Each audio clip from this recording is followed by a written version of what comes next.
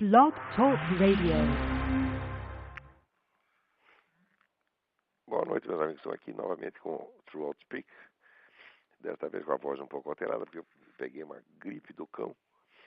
Graças a esse clima muito estranho daqui. Aqui na Virgínia faz verão e inverno ao mesmo tempo. E como a gente viaja muito, às vezes você pega um clima de verão e de inverno no mesmo dia. Hoje, por exemplo, aqui tá um calor. Mas se você viaja 30 milhas, você pega neve. E não há brasileiro que aguente isso.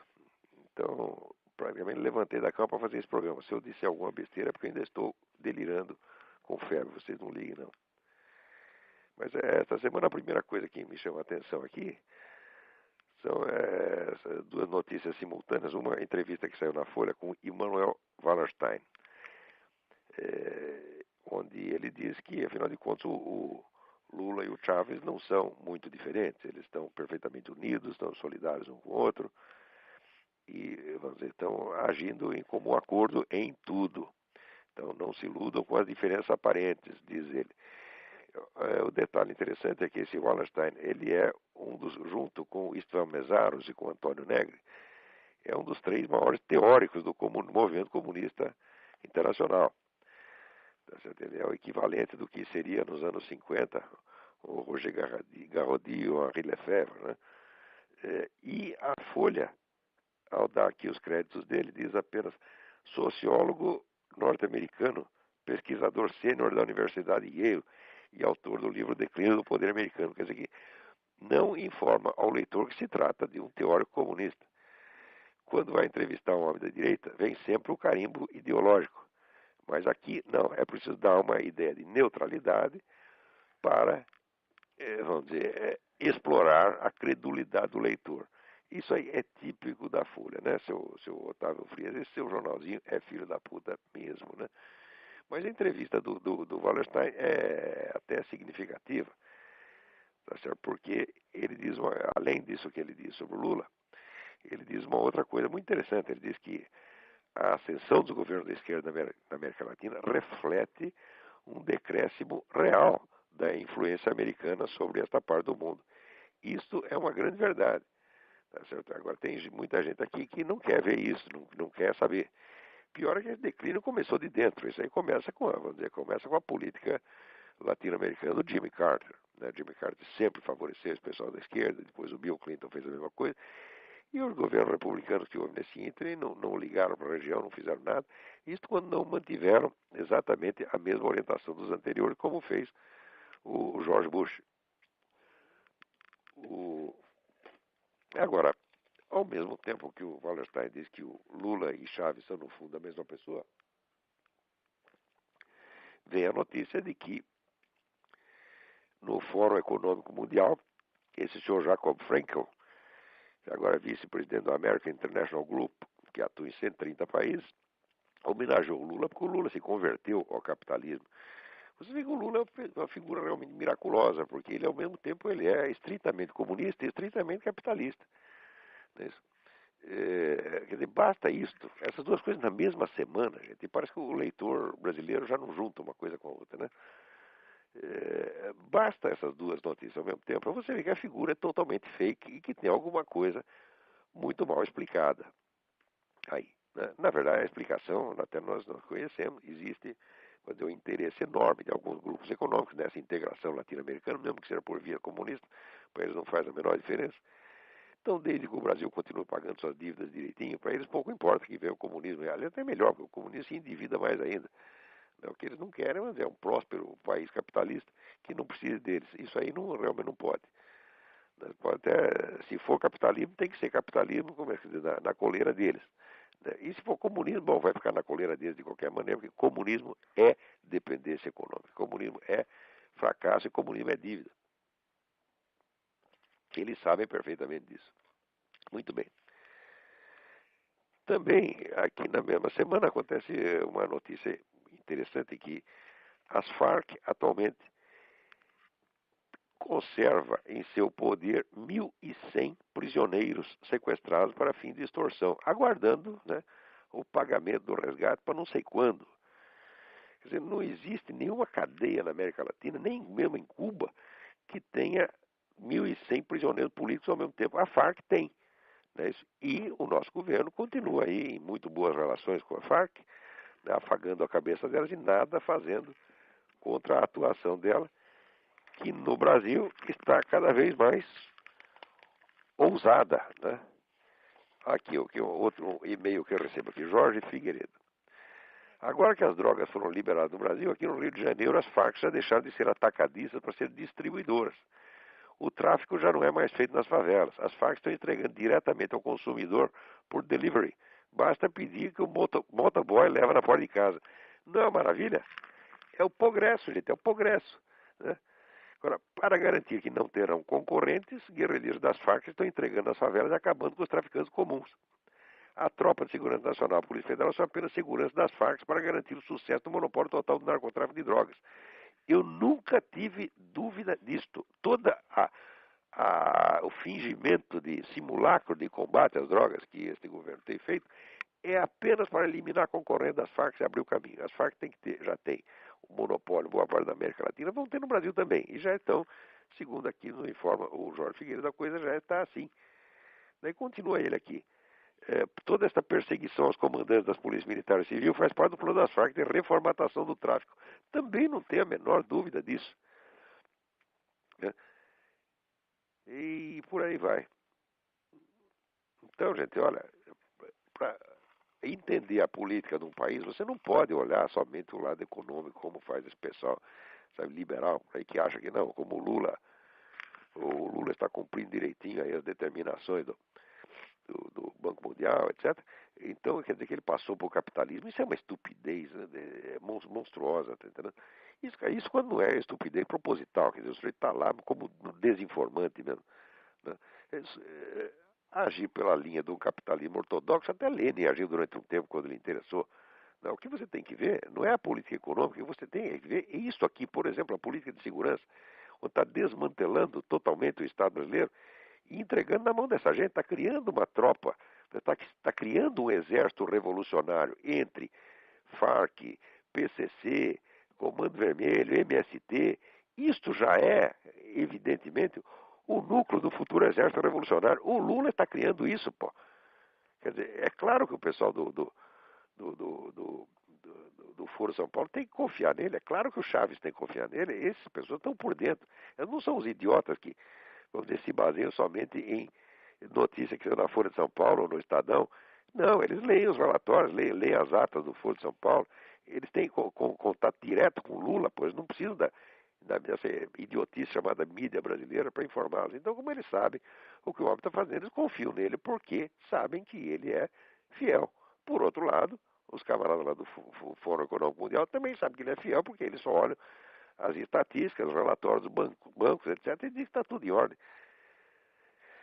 Então, no meio disso, quer dizer, isso que estamos vendo é um país que, com a aprovação dos grandes centros capitalistas mundiais, está caminhando, vamos dizer, para o comunismo muito rapidamente. Muito bem. Tem um outro e-mail aqui, Marcos Paulo. Caro professor, saudações. Me chamo Marcos Paulo, resido em Vitória, Santo Antão, Pernambuco.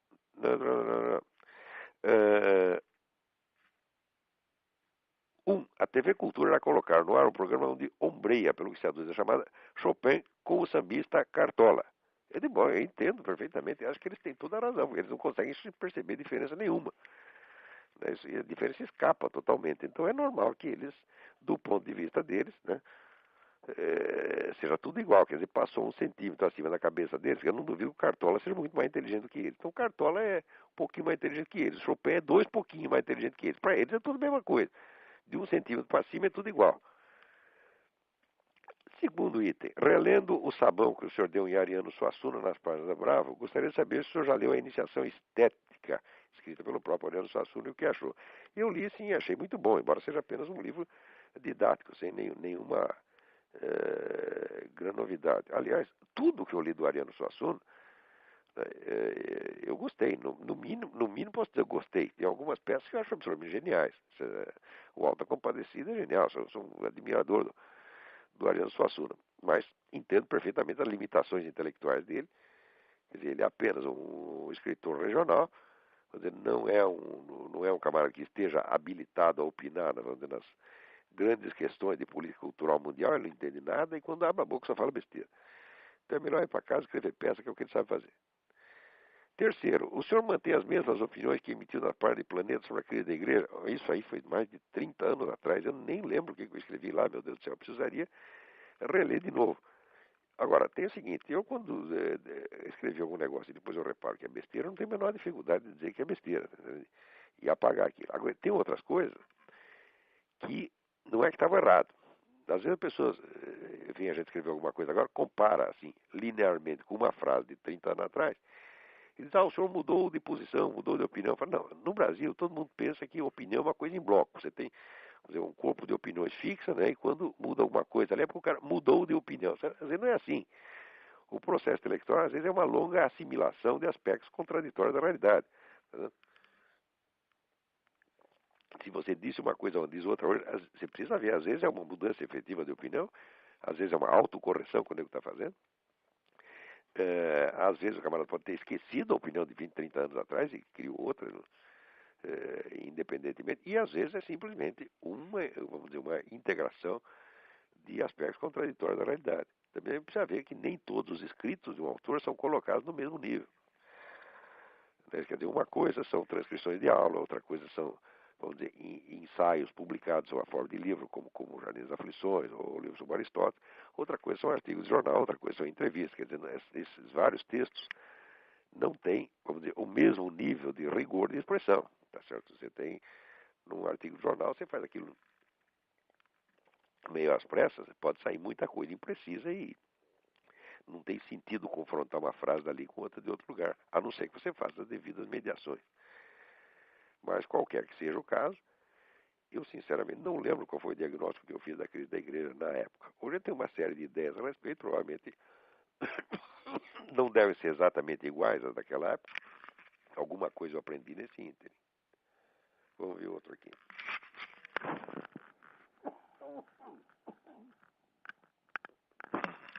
Aqui, Fernando Ferreira. É lícito afirmar a existência de um paralelismo entre a teoria dos quatro discursos e a gnoseologia aristotélica, quer dizer, a teoria do conhecimento de Aristóteles? Bom, a resposta é sim. Não apenas é lícito afirmar esse paralelismo, como eu mesmo, no final do meu livro sobre Aristóteles, eu já coloquei isso aí. Quer dizer, a teoria dos quatro discursos, essa sucessão, sucessão escalar dos quatro discursos, que vai do poético, retórico, dialético, lógico ou lógico-analítico. Isso aí, essa estrutura é exigida pela própria teoria do conhecimento de Aristóteles, que na realidade é a descrição de uma sucessão de transformações do material absorvido pelo sentido.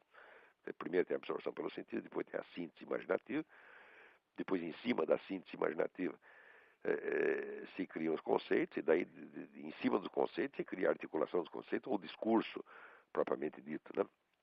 Quer dizer, o paralelismo é mais do que, não é só um paralelismo, uma coisa exige a outra, não tem como escapar. Né? Principalmente quando nós estamos conscientes daquela famosa definição dada pelo Benedetto Croce, quando ele define a arte como expressão de impressões, e me parece que essa definição é estritamente correta. Então, não teríamos como deixar de ver, por exemplo, o primeiro discurso da série, que é o discurso poético, como a expressão direta, né, do material sensível depositado na memória e trabalhado pela imaginação. Quer dizer, a expressão direta do trabalho que a imaginação fez de síntese dos dados do sentido. Se você expressa isso diretamente, você está fazendo discurso poético. Tá certo? Sem este discurso inicial não existe mais nenhum outro. Todos os outros são elaborações a partir deste material acumulado na memória e mais ou menos sintetizado pela imaginação. Segunda pergunta: se essa correlação existe, ela teria condições de explicar a história do pensamento humano? Não, não teria, pelo seguinte, porque essa correlação ela é uma estrutura permanente. De certo modo, você pode dizer que não é possível haver numa dada sociedade, não é possível se desenvolver um discurso retórico se você não tem um discurso poético embaixo. Isso simplesmente não acontece, porque você não tem em cima do que retorizar. Quer dizer, a retórica é o discurso das preferências, das opções humanas, das escolhas. Ele faz escolhas e defende. Você só pode escolher dentro do material que você conhece. Né? Então, vamos dizer, o discurso poético é a expressão do conjunto direto vamos dizer, da experiência. Em cima desse conjunto que se perfilam, que se formam as opções, as posições, as opiniões, etc, etc. Então, se não existe uma imaginação grupal mais ou menos envolvida, não vai aparecer, como é que se diz, dúvidas em cima disso e não vai oferecer, não vai aparecer a possibilidade de divergência de opiniões capaz de se organizar numa confrontação retórica. Por sua vez, se não existe confrontação retórica, se não existe multiplicidade de opiniões, não existe muito menos a possibilidade do discurso dialético, que não é outra coisa senão a triagem entre as opiniões existentes, e assim por diante. Ora, essa série de exigências ela é permanente, ela é um dado estrutural da cultura humana, e, portanto, ela por si não pode determinar o curso da história. O que ela fazer uma analogia. Por exemplo, você pegar dizer, a fisiologia do movimento do humano. Como é que o ser humano anda, tá certo? Bom, você conhecendo toda a fisiologia do movimento, dá para você deduzir daí para onde o sujeito vai andar? Claro que não. Mas você pode pegar alguma relação. Por exemplo, você pode saber a velocidade média que ele vai desempenhar para onde quer que ele vá. Você tem uma série de determinantes do movimento, fatores que limitam o movimento. Limitam, mas não determinam a sua direção. Do mesmo modo, vamos dizer, essa estrutura básica do discurso humano, que superpõe essas quatro camadas, ela sendo um fator constante, ela por si mesma não pode determinar a mutação. Tudo que é constante não determina mudanças. Não é isso? Então, o que você pode obter, vamos dizer, é um suporte estrutural para a compreensão da história, quer dizer, um instrumento de compreensão, porque você verá que muitas vezes certas coisas que parecem mutações históricas não são apenas a expressão do elemento permanente, um cíclico. Então, para explicar a história, não explica, mas ajuda a separar o que é, vamos dizer, constante do que é realmente histórico. Espero que tenha ficado claro. A gente aqui também tem uma limitação de tempo para explicar essas coisas, né? Mas, finalmente, tem a terceira pergunta do Fernando Ferreira, que é: os juristas brasileiros, especialmente aqueles ligados ao direito público, não cansam de falar nos tais conceitos jurídicos indeterminados. Dou um exemplo: nenhum desses juristas sabe definir o que seja interesse público. Daí eles dizem que o interesse público é um conceito jurídico indeterminado. Isto é um bando de vigaristas. Mas é um bando de filhos da puta. Meu Deus do céu. O que é um conceito indeterminado? O conceito indeterminado é uma contradição de termo, porque se é um conceito, conceituar uma coisa é determiná-la. O que eles querem dizer é o seguinte: é um termo não conceituado. Quer dizer, é apenas uma palavra. Se é um conceito indeterminado, não existe. Se é conceito, é determinado. Agora, se você não tem a determinação, isso é, se você não tem o conceito, então você tem apenas o termo, você tem uma palavra que você conceituará diferentemente conforme lhe der na telha no momento. Isso é uma picaretagem sem mais tamanho. Se eu ter o que eles querem dizer com conceito indeterminado já mostra a sua total ignorância, que eles deveriam chamar de termo indeterminado. Tá certo? Quer dizer, termo de significação indeterminada. Isso é possível. Você pode usar uma palavra qualquer, né? Você usa aí, inventamos a palavra ptux. O que é ptux? Não sei. É um termo de significação indeterminada. Isso é perfeitamente possível. Assim como em álgebra, você usa uma letra lá para designar uma quantidade indeterminada que pode ser determinada no futuro.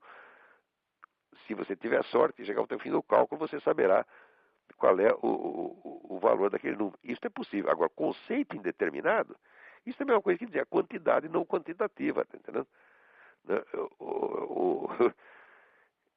Então, isso, além de ser analfabeto, esse é um analfabetismo proposital, você tá entendendo? Quer dizer, eu entendo o que eles querem dizer. Quer dizer, um termo que você está usando, tá certo? Que tem uma pluralidade de sentidos e, portanto, não dá para você determinar naquele momento e pode ser determinado em outras circunstâncias. É isso que querem dizer. Mas se fossem camaradas capacitados, diriam exatamente termo de significação indeterminada, quando você só tem realmente o termo e não o conceito. Agora, conceito indeterminado é conceito não conceitualizado.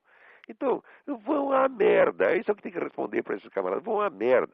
Agora, o brasileiro padece de um respeito excessivo por qualquer idiota togado, você está entendendo? Aparece lá um jumento vestido de juiz, as pessoas aceitam. Não é para aceitar isso, não. Não é para respeitar essas pessoas. Se a gente faz uma coisa dessa, teria que ser tirado da sua do seu cargo a pontapé, tá entendendo? Agora, você lê a teoria do medalhão do Machado de Assis, o medalhão é isso, o sujeito só tem a pose e a posição e por dentro tem nada, é oco, é um monte de merda. Você precisa parar de respeitar essas pessoas.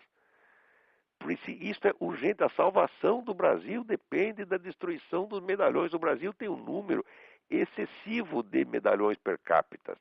Não dá para pagar toda essa gente, não dá para a gente respeitar todos esses caras. Esses caras estão sugando, quer dizer, as energias do país para lhes impor ao povo inteiro esse tipo de besteira. Ah, meu Deus do céu. Vamos lá, outra carta aqui. É o Leopardo. Aqui está escrito Leopardo. É Leopardo ou Leonardo? Agora não sei. O e-mail é Sigma Léo. E meu último e-mail eu tentava ver se ainda podia ver alguma coisa que se salvava no Concílio Vaticano II. Logo após enviada a mensagem que pediu ao senhor algum esclarecimento, decidi visitar a parte do Gustavo Corsão na internet. Nesta, um ótimo argumento acabou com aquilo que poderia ter sido uma desculpa para o concílio não ter se pronunciado contra o comunismo ou contra qualquer heresia madeirista, o fato de ser um concílio pastoral. A resposta do Gustavo Corsão foi, aspas, o concílio dito pastoral é elogiado precisamente por não ter cumprido o mais grave dos deveres pastorais, o dever de defender o depósito sagrado da fé e o de zelar pela salvação das almas. O Corsão estava montado na razão. O concílio não prestou nada, nada se salva daquela porcaria. Porque, dizia São Tomás de Aquino, o ato bom é o ato que é bom nas suas intenções, nos seus meios, na sua execução e no seu resultado. O concílio teve intenção boa? Não teve. Por quê? Porque antes do concílio foi assinado o Pacto de Metz, em segredo. Quer dizer, o concílio nasce de uma trama secreta entre o Vaticano e o seu pior inimigo, tá certo? Quer dizer, o Papa mesmo, que havia acabado de assinar um decreto excomungando quem colaborasse com o comunismo, manda no dia seguinte colaborar com o comunismo. A coisa que nasceu assim já nasceu podre, tá certo? Muito bem. Quando você vai ver, tendo nascido mal, como foram os meios de execução, foi só intriga e mentira para todo lado, a começar pela negação do próprio pacto, tá certo? A totalidade dos escritos, das atas do concílio, é uma imensa desconversa. E o resultado foi o quê? Foi a perdição de milhões de almas e o dano trazido a milhões de católicos sinceros no mundo inteiro que ficaram chocados, desorientados e acabaram abandonando a igreja. Tá certo? Então, não tem explicação. O Concílio Vaticano II é a mancha de batom na cueca. Todos que têm alguma responsabilidade por isso aí vão arder no fundo do inferno enquanto não, vamos dizer, se retratarem disso publicamente. Todos eles. Seja papa, cardeal, bispo, coroinha ou porteiro do edifício. No tempo do concílio, até eu sou um filho da puta também. Por quê? No tempo do concílio, foi 63, eu fazia um programa de rádio para criança. Tá certo? Quer dizer, eu já falava naquela época, né? Já dava palpite naquela época. E era uma rádio católica. E eu lá falei bem do concílio. Tá, retiro qualquer coisa que eu possa dizer. Nem a menoridade me desculpa. Tá certo? Acreditei de boa fé, mas era um cretino, não sabia o que estava se passando lá. Vamos lá. Aqui o Rodrigo Pedroso me manda um e-mail com um recorte da agência aciprensa.com, onde conta, se refere aqui a uma matéria da National Review. Por incrível que pareça, eu sou assinante da National Review, recebi aqui, mas como eu estava chumbado esses últimos dias, nem abri a revista. Fiquei sabendo do negócio graças aqui ao Rodrigo Pedroso. Depois vou olhar na revista direito. E conta aqui um autor que eu já conheço bastante, que é o Ion Mihai Pacepa. Ion Mihai Pacepa era o chefe da espionagem soviética na Romênia. E esse sujeito sabe um monte de coisa. Né? Ele escreve os artigos na newsmax.com, sempre muito interessante. E agora ele contou mais uma aqui. Diz que em fevereiro de 1960, Nikita Khrushchev aprovou um plano supersecreto para destruir a autoridade moral do Vaticano na Europa Ocidental.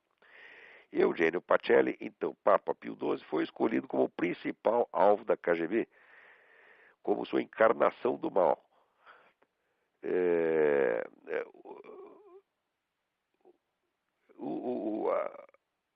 O nome Shepard indicou esse artigo que a KGB baseou suas difamações na alegação de que o então arcebispo Pacelli havia servido como núncio apostólico em Munique e Berlim. Aspas, a KGB queria apresentá-lo como um antissemita que havia, vamos dizer, dado força ao holocausto empreendido por Hitler. Bom, era claro que, veja, essa história de que o Papa colaborou com o Holocausto, isso aí já foi totalmente, a tese em si já foi totalmente desmoralizada. Né? Saiu o livro do rabino, acho que Dalin, não lembro exatamente o nome do rabino, que pega esse livro do Papa de Hitler, escrito pelo tal de Cornwall, e reduz a pó de traque. Quer dizer, se alguém tem dúvida, depois eu prometo assim no outro programa eu dou o nome do rabino direitinho. Né?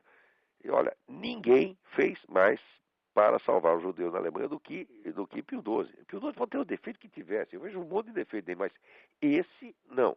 Ele não colaborou com o nazismo de jeito nenhum, ele foi o único sujeito que se mobilizou, enquanto os outros governantes do mundo estavam todos de braço cruzado, não queriam nem saber. Os judeus da Alemanha mandavam representantes desesperados aqui para os Estados Unidos para avisar as pessoas, ninguém acreditava, então fazia de conta que não acreditava. Enquanto isso, o Pio XII estava fazendo tudo o que podia para tirar o máximo de pessoas de lá de dentro. Tá certo? E aí no Brasil está cheio de gente que existe hoje. Por quê? Porque seu avô foi retirado da Alemanha pelo Papa. Se quer um exemplo, o nosso Otto Maria Carpo. O Otto Maria Carpo ele não era pessoalmente judeu, como religião, mas era de filho de família judaica, e foi retirado de lá pelo Pio XII. Tá certo? É verdade que chegou no Brasil se ferrou tudo, porque, veja que coisa, deram uma carta de recomendação dele para o Alceu Amoroso Lima. O Alceu Amoroso Lima era um grão senhor, era um homem elegante, tá certo? Vaidoso. E ele viu aquele coitadinho daquele austríaco chegando lá, arrumou emprego para o nego numa biblioteca do interior do Paraná. Quer dizer, matou intelectualmente o sujeito, né? Não foi capaz de discernir que ele estava diante de um crítico literário 1 bilhão de vezes maior do que ele. Daí depois o Carpo fez contato com o Álvaro Lins e foi a partir daí que ele saiu do buraco, começou a escrever no Correio da Manhã. Mas ele saiu do Paraná e veio para o Rio de Janeiro, não tinha dinheiro, ele viveu durante um ano, viveu ali no Rio de Janeiro e vendeu os livros da biblioteca dele. Depois melhorou a situação. Mas esse é um dos muitos, né, milhares de judeus que foram socorridos ali pela Igreja Católica. Aliás, socorrer os judeus, se você quer saber, existe já uma bula, acho que é do Papa Bonifácio VIII, não lembro, mas em que determina aos cristãos que os judeus devem ser deixados em paz para viver segundo as regras da sua religião tradicional e que devem viver sob a proteção dos cristãos. Quer dizer, quem quer que não... Isso é um... Quer dizer, se o Papa socorreu os judeus, ele não fez mais nada que obrigação, porque isso aí todo católico tem obrigação de fazer isso. Isso aí, esse negócio eu acho que é do século X. Não lembro exatamente a data, tá certo? Não lembro e hoje também meu cérebro não está funcionando muito bem. Mas o Papa fez isso, qualquer outro Papa faria a mesma coisa. Né? É claro, uma coisa é o Papa dizer, criticar a religião dos judeus. Ele tem o direito de criticar, porque se você tem uma religião, seguir uma religião significa que você acha que a sua religião é melhor que a do vizinho. Porque se achar que as duas são iguais, você pode seguir as duas, ou três, ou quatro ao mesmo tempo. Se o nego é católico é porque ele acha que a religião dele é melhor que a do judeu. Então ele tem o direito de criticar a religião do outro. Mas ele não tem direito de fazer nada contra as pessoas. E ao contrário, tem o dever estrito de proteger. Isso é sentença papal, isso é decreto papal. Quer dizer, não o católico vem encher o saco, tá entendendo? Os judeus estão sob a proteção da igreja e tem que ficar. E quem quer que tenha feito alguma coisa contra eles ou se omitido na sua defesa, já está queimado. Vamos lá. Aqui tem uma história muito estranha, diz que a cineasta Alexandra Pelosi, a filha da Nancy Pelosi, fez aqui um documentário contra os evangélicos americanos. É estranho sair isso no Brasil, porque eu vi aqui a entrevista da Alexandra Pelosi e ela falava até bem dos evangélicos. Ela falava, no fundo, eu tenho lá umas coisas contra, mas no fundo, eu acho que eles estão certos. Quer dizer, eu não estou entendendo direito esta é, esta notícia aqui. Muito bem, vamos ver o que mais temos aqui. Olha aqui, Pedro Costa me manda um artigo. Infelizmente ele não diz aonde saiu este artigo, né? Então eu peço, por favor, a todos que vão mandarem transcrições de jornal, de revista, põe a fonte direitinho, põe o lugar da internet, porque senão o pessoal pensa que a gente está inventando coisa, entendeu? Eu sei que não está, eu sei que a informação é autêntica porque eu tenho também de outra fonte, de um sujeito que foi preso, tá certo, na Inglaterra, porque ele estava distribuindo folhetos com transcrições das palavras da Bíblia do rei James, que falavam contra o homossexualismo, né? Então ele não pode mais, você não pode mais falar contra o homossexualismo. O cara foi para a cana, tá certo? É um militante cristão chamado Stephen Green. Quer dizer, não tem o direito de falar, mesmo que seja com palavras da Bíblia. Ora, se pode circular a Bíblia, então pode circular uma citação da Bíblia. Que raio de coisa é esta? Né? Quer dizer, o direito que se aplica a um texto inteiro se aplica a cada uma das suas partes. Quer dizer, se não for assim, não existe mais justiça, não existe mais direito, virou tudo bagunça. Tá certo? E a bagunça justamente que esse pessoal quer para instalar o direito do mais forte, quer dizer, aquele que grita mais, né? E você sabe que pouca gente grita mais do que esse pessoal gay. Se faz de coitado o tempo todo, entendeu? Como se fosse perseguido. Ora, meu Deus do céu. Eu tenho, assim, mais de 40 anos de jornalismo nas costas. Eu nunca vi um sujeito ser demitido ou deixar de pegar um cargo por ser gay. Ao contrário, tem um monte de chefe gay ao longo do tempo. Nunca ninguém nem reclamava disso, né?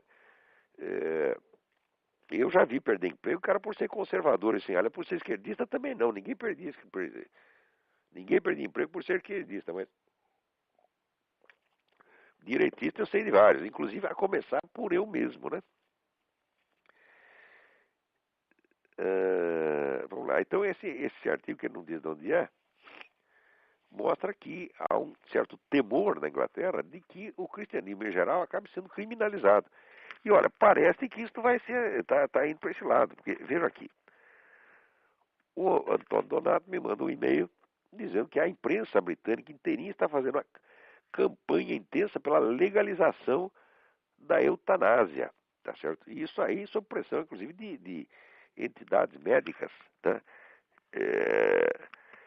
Importantes como o Real Colégio de Ginecologia e Obstetrícia, quer dizer, estão todos forçando para que adote a eutanásia. Então, isso quer dizer que, veja, a pressão dessas entidades pode mais perante o governo do que a opinião pública maciça, tá entendendo? Quer dizer, não adianta todo mundo ser contra, porque as decisões hoje, existem dois canais de decisão. Em todos os países do mundo tem dois canais de decisão. Um é o canal normal, que se conhece pela via eleitoral. Quer dizer, você elege seus representantes, eles discutem no parlamento e passam lei. Mas existe um outro modo mais sutil, que é muito mais rápido, muito mais eficiente, que é através das tais das comissões técnicas. Então você reúne meia dúzia de técnicos iluminados na ONU, eles tomam a decisão e vão passando, e aquilo acaba sendo aprovado sempre por cima, sem a menor consulta à opinião pública. Isso coisa até de maior gravidade do que a legalização da eutanásia. Essa coisa aqui dos Estados Unidos, da formação da comunidade norte-americana, que dissolveria as fronteiras entre Estados Unidos, México e Canadá, isto já tem, vamos dizer, acordos assinados entre os governantes dos três países sem que ninguém soubesse de nada. Quer dizer, isso na maior democracia do mundo. Quer dizer, como é que uma coisa deste porte pode ser decidida assim em comissões técnicas, em segredo? Isso está acontecendo no mundo inteiro. Quer dizer, as comissões técnicas e esses acordos secretos são o principal meio de fazer política hoje. E as pessoas não ficam nem sabendo de coisa nenhuma.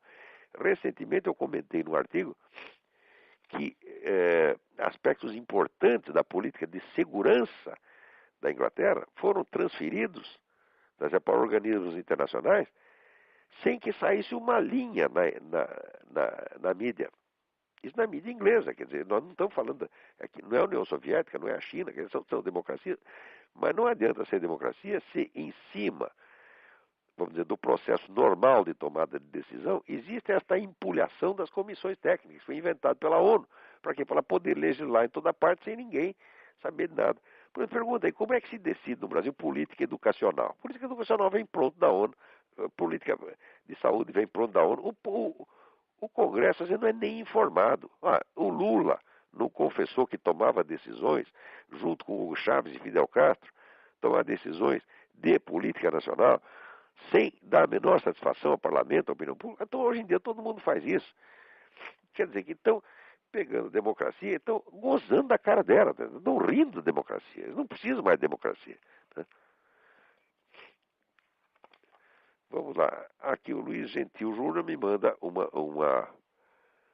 e-mail contando aqui que, olha aqui, mostra a fotografia de um médico que foi brutalmente, o Dr. Aldo Consuegra Martínez e sua esposa Raima, foram brutalmente surrados pelas autoridades cubanas só porque disseram que queria sair do país. Isso acontece realmente. Então, quer dizer, veja, vocês conhecem algum jornal brasileiro que dê notícias periódicas sobre o estado das prisões políticas em Cuba, na China, nos países islâmicos? Não, ninguém dá. Todo mundo faz de conta que isso não existe. Que isso não existe. Uma vez eu perguntei ao Otávio Frias de Oliveira por que o jornal dele era tão enviesadamente anti-americano. Por que qualquer delitozinho real, imaginário da americana, fazia um forrobodó, e quando era Cuba, a China, estava fazendo de conta que não existia. Ele me responde o seguinte: não, é justamente porque os Estados Unidos são uma democracia, nós ficamos mais chocados, etc, etc. Veja o código moral desse sujeito. O que ele está querendo dizer é que o delito pequeno cometido por um homem honesto é mais escandaloso do que o delito usual cometido por um bandido profissional. Isto lá é moral? Isso é moral invertido, isso é moral do capeta, pô. Quer dizer, aí o que você está dando ideia é de que os Estados Unidos são pior do que a China, pior do que Cuba, etc. E que é o que todo mundo pensa. No outro dia foi feita uma enquete no Brasil, né, qual é o país mais perigoso com relação a armas nucleares. 40% dos brasileiros votaram nos Estados Unidos, que é uma ideia idiota. O mundo inteiro sabe que os Estados Unidos não oferecem nenhum perigo com relação a armas atômicas. Né? Isso só no Brasil. Isso, se você fazer essa enquete na China, eles vão votar em todo mundo. Pode votar no Irã, pode votar em Irã, mas nos Estados Unidos não. Agora, o brasileiro, 40% acha que o grande perigo é os Estados Unidos ter arma atômica. Eu digo, pelo amor de Deus. Ai, ai, ai. Vamos ver o que mais temos em matéria de... Vamos ver se tem alguém na linha aí para falar. Agora não tem ninguém, muito bem.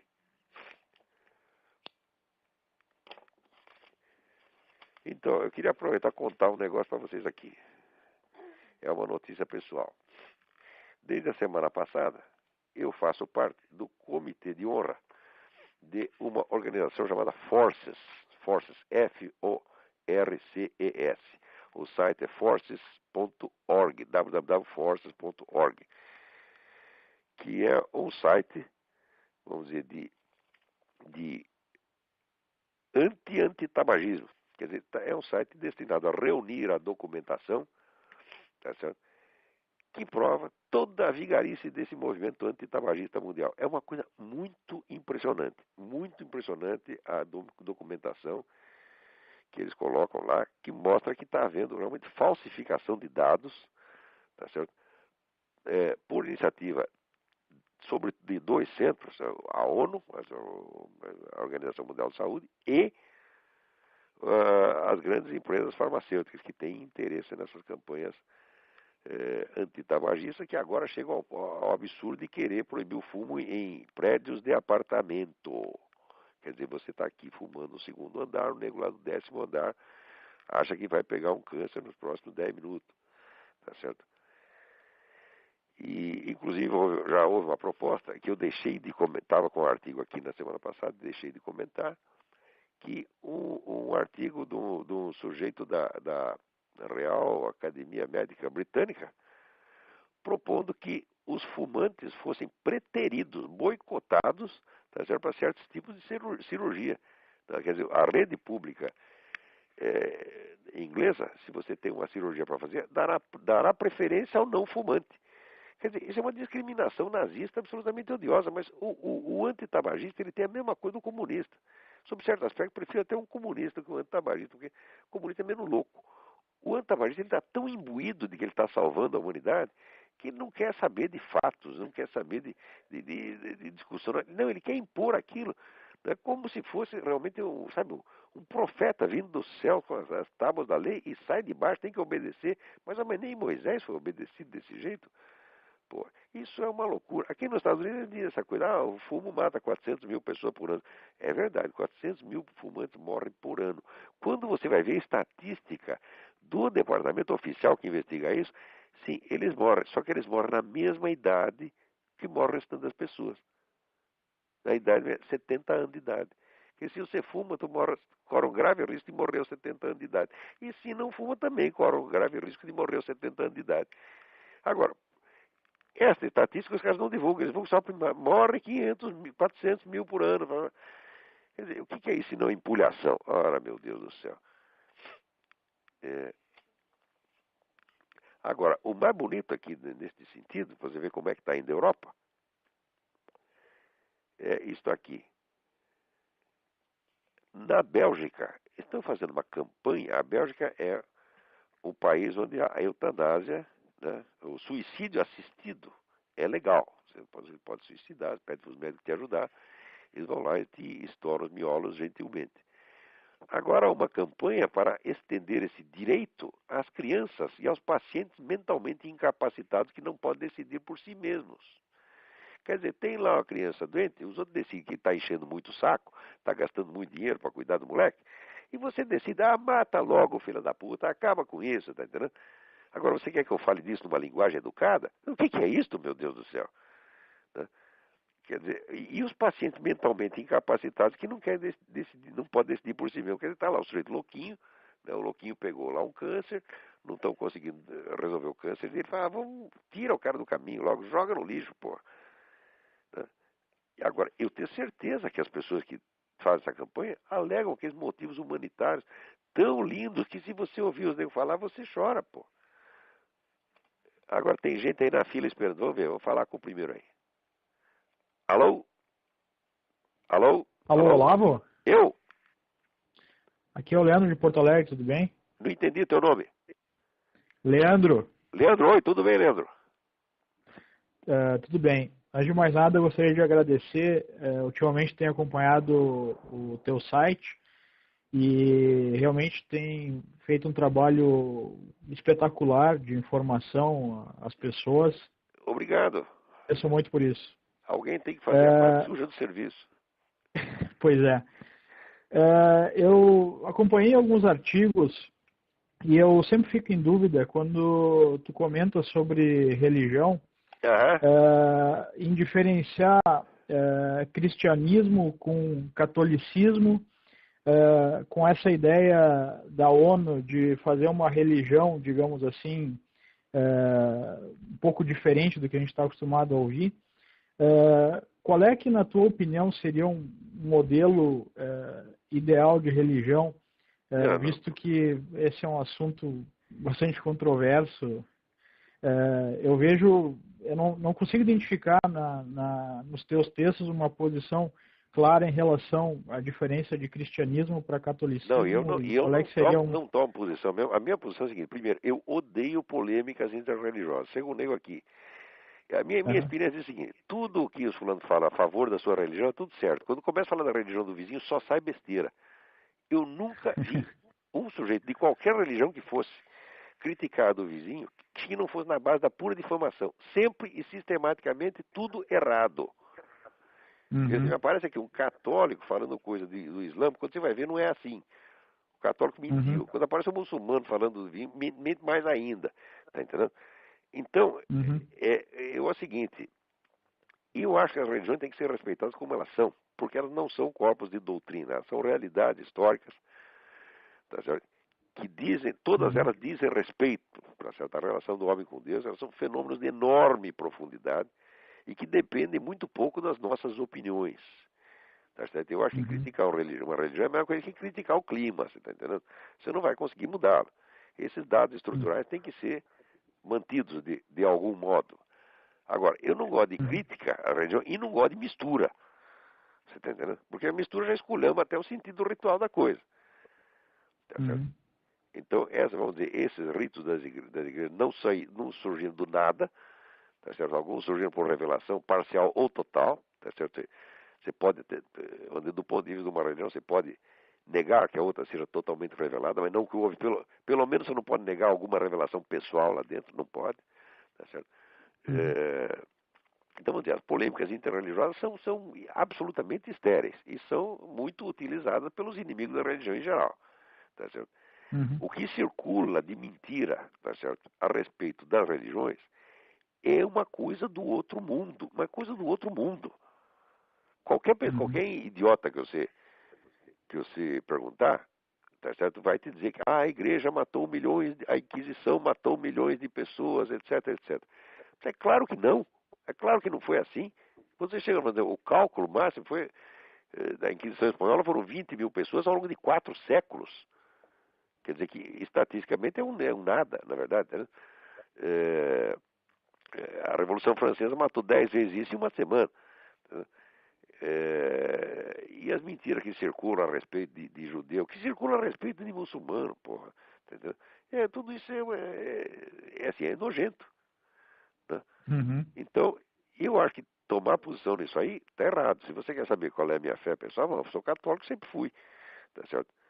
Agora, nós estamos numa época, vamos dizer, de muita ambiguidade, porque você disse, sou católico, bom, então eu tenho que seguir o Papa direitinho. Falou, olha, eu nem sei se o mandato desse Papa é válido, porque houve tanta contestação, e eu li todo o material das igrejas dissidentes, pré-conciliares, tem muita coisa ali que a gente não tem como negar, então hoje nós estamos numa dúvida.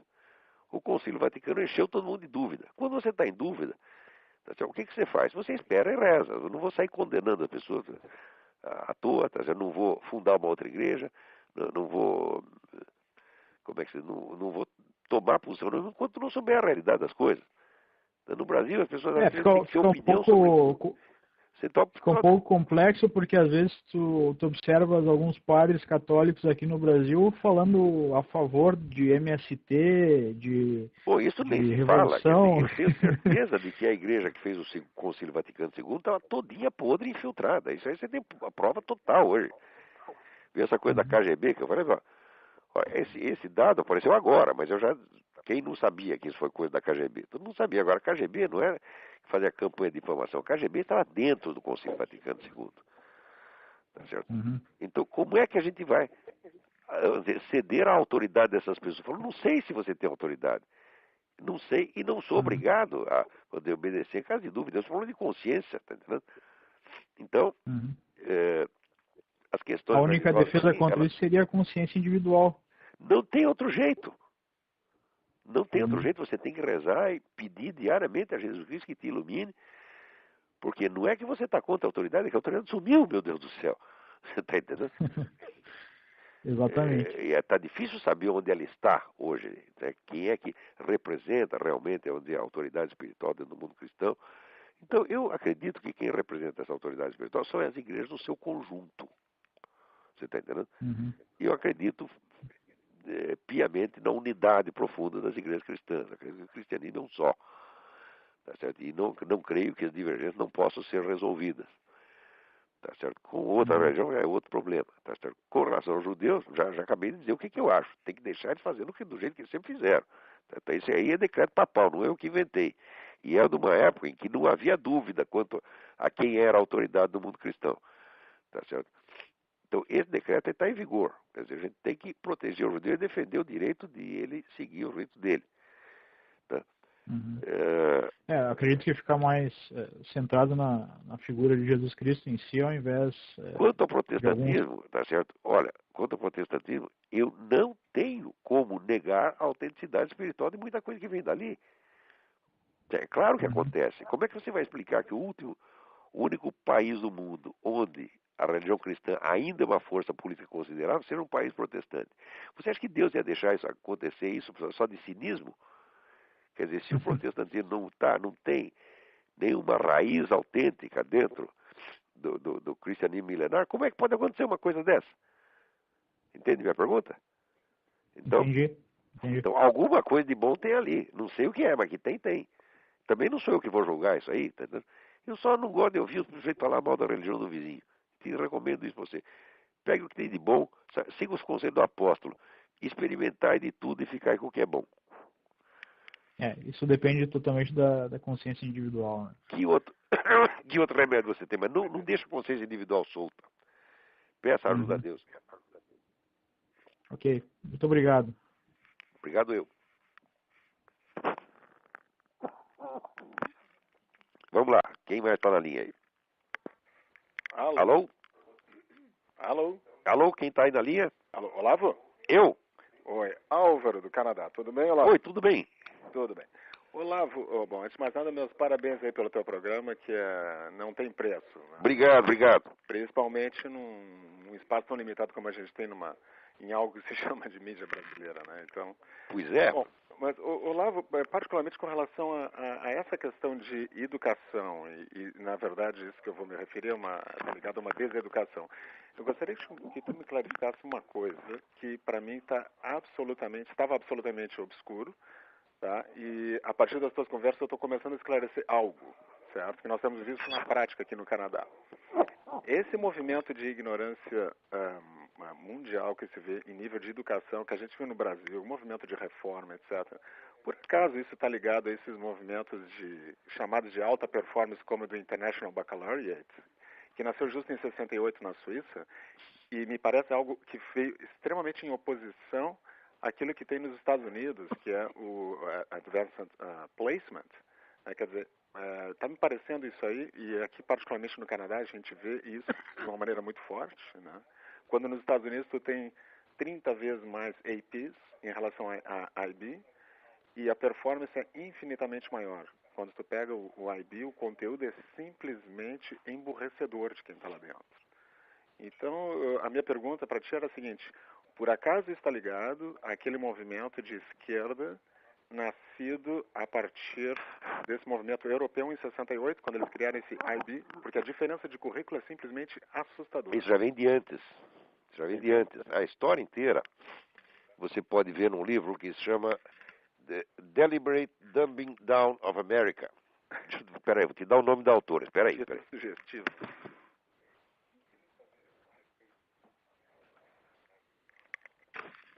Olha, é The Deliberate Dumbing Down of America. A autora chama-se Charlotte, com 2 T's, Thompson, sem o P, Thomson, Iserbyt, Iserbyt.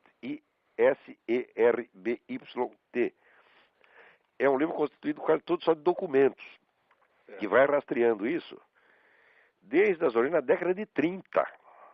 Uhum. Quer dizer, quando ela diz que é um negócio deliberado, ela não está usando assim, não é uma interpretação, não é uma sacação dela, que ela pegou a unidade de uma tendência. Não, ela vai documentando passo por passo. Certo. Eu não tenho todos não posso te dar detalhes dessa coisa agora, mas eu te garanto que isso vem pelo menos desde 30. E está ligado de alguma maneira a esse movimento de esquerda, porque isso é uma coisa... Não, está sim. Isso surge, vamos dizer, esse movimento surge de algo que já vem de antes. Ele não foi o começo de nada, entendeu? Porque isso é uma coisa interessante, porque é o seguinte, tá? Se tu pegar, por incrível que pareça, nós estamos aqui no Quebec, estamos contando os nossos dias aqui, porque simplesmente esse sistema aqui é absolutamente enlouquecedor, no sentido de não dar nenhuma formação decente no ponto de vista educacional. É algo assim simplesmente assustador. Né? Eu imagino como é que as coisas estão aí. É assustador algo assim. Se a gente falar para um brasileiro, vão achar que eu tô maluco. Então, mas é algo assim, só vendo para crer, sabe? Para te dar uma ideia daquilo que nós sentimos aqui. Viemos de escolas relativamente boas lá do Brasil quando a gente veio para cá. E não eram as melhores, necessariamente, tá? Mas eu posso te garantir o seguinte: se tu pegar, e os nossos filhos estão até nas melhores aqui, inclusive, tá? Algumas das melhores. Se tu pegar essas chamadas as melhores escolas aqui, elas não chegam aos pés de uma escola média privada brasileira. Em termos de currículo, dá de goleada uma escola brasileira. E isso é que me assustou. Eu imagino. Bom, o sai do Canadá é lado virtualmente um país socialista, né? Exatamente, né? E como isso surgiu na Suíça, exatamente no ano daquelas revoltas na França, em 68, ano do AI-5 no Brasil, etc., me parece que o IB ele surgiu exatamente nessa época, né? E parece como uma contraposição ao AP. E não é à toa. Então, a partir daí me veio, poxa, não tem como os Estados Unidos não estar na posição de liderança que eles têm hoje. Para 14 mil escolas AP. O que salva aqui é o seguinte, é que você tem um monte de escolas particulares. Sim. E não é tudo regulamentado. Quer dizer, esse movimento vai aos poucos, ocupando espaço, mas ainda tem uma margem de liberdade enorme. Certo. E o americano sabe usar isso, quer dizer, ele não espera as coisas do governo. Agora, num país como o Canadá, tudo vem do governo, você não tem para onde correr. É verdade. Uhum. É. Agora, eu vejo o seguinte, eu vejo que aqui, por exemplo, em ensino público, a gente vê que é um negócio nefasto mesmo, entendeu? Uhum. É verdade. Mas ainda falta muito para chegar no nível brasileiro, né? Uhum. Ainda está melhor que o Brasil, mas do ponto de vista ideológico, é uma coisa medonha, é um massacre. Uhum. Né? Certo. E não tem muito espaço para divergência, não, porque as pessoas nem imaginam que isso existe. Agora, tem muita escola particular que não é assim. Uhum. Eu conheço o programa, todas elas, andei estudando isso até para os meus filhos, depois eu vi que eu não ia ter condição financeira de bancar uma escola particular, botamos aqui na escola pública, mas diariamente eu tenho que fazer a deslavagem cerebral das crianças aqui, né? Sim. Mas mesmo em escola pública nos Estados Unidos, você encontra escolas. Tem 14 mil escolas APs, né? Quer dizer, Sim, ainda tem muita coisa boa. muita coisa boa. Agora, Nossa! enquanto tu tem 14 mil APs para 440 IB, né, E a gente vê assim, vida intelectual no mundo é aqui. É Se você somar todos os países da Europa, não dá um décimo do que tem aqui. Quer dizer, aqui é a capital intelectual do mundo hoje em dia. Não dá nem para discutir. É. Beleza, muito obrigado. Então, se você sair daí, vem para cá. Será muito bem recebido. Venha me visitar aqui. Pode ter certeza. Daqui a pouco a gente está visitando aí. Tá bom. Vamos dar uma chegada aí. Muito Tá obrigado bom. novamente. Boa sorte aí. Trabalho. Tchau, tchau. Um abraço a você. Vamos ver quem vai ter aí. Alô? Quem tá na linha? Alô? Alô? Alô? Alô? Quem tá na linha? É o Luiz Afonso? Luiz Afonso, de Portugal? Exatamente. Epa! O Mendo Café já procurou você ou não? Não. Passei o recado para ele. Ah, legal. Então logo deve procurar aí. Ah, legal. Tudo bem por aí? Como está a Santa Terrinha? Tudo. Pelo jeito não está tão frio quanto aí. Pela tua voz, parece que o frio do... Não, aqui do não é o inverno problema do frio, rapaz. Aqui é a mudança. Porque aqui onde a gente vive no ponto mais quente da Virgínia. Então aqui, durante o inverno, neva 2 dias. Tem dia que faz calor aqui mesmo. Mas você anda um pouco, daí você pega 10 abaixo de zero. E como a gente viaja muito, às vezes pega 3 climas num dia e fala, não, aqui aguente, pô. Bem, Olavo, eu estou te ligando só para dar um panorama do que tem aqui. Eu encontrei muitos liberais aqui, mas libertários, né? Agora tem dia 11 de fevereiro tem o plebiscito da descriminalização do aborto. E todos tá a pressão os liberais da internet, todos eles são a favor, né, da descriminalização.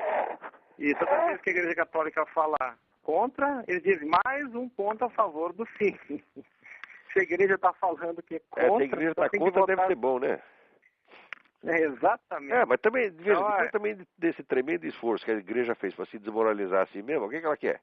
Conservar a autoridade intacta? Não dá, pô. E aqui também, os Estados Unidos aqui tá meio bem sujo, todo mundo fala mal. Também tem essa coisa, se o americano é a favor, deve ser ruim. Alô? Eu acho que caiu a linha aí do Luiz Afonso. Vê se caiu aí. Liga de novo. Não, põe outra pessoa ainda. Alô? Parece que o Luiz Afonso caiu mesmo a conexão. Mas vamos ter que ficar para a próxima porque o nosso tempo aqui acabou. Muito obrigado a todos pela atenção e até a semana que vem.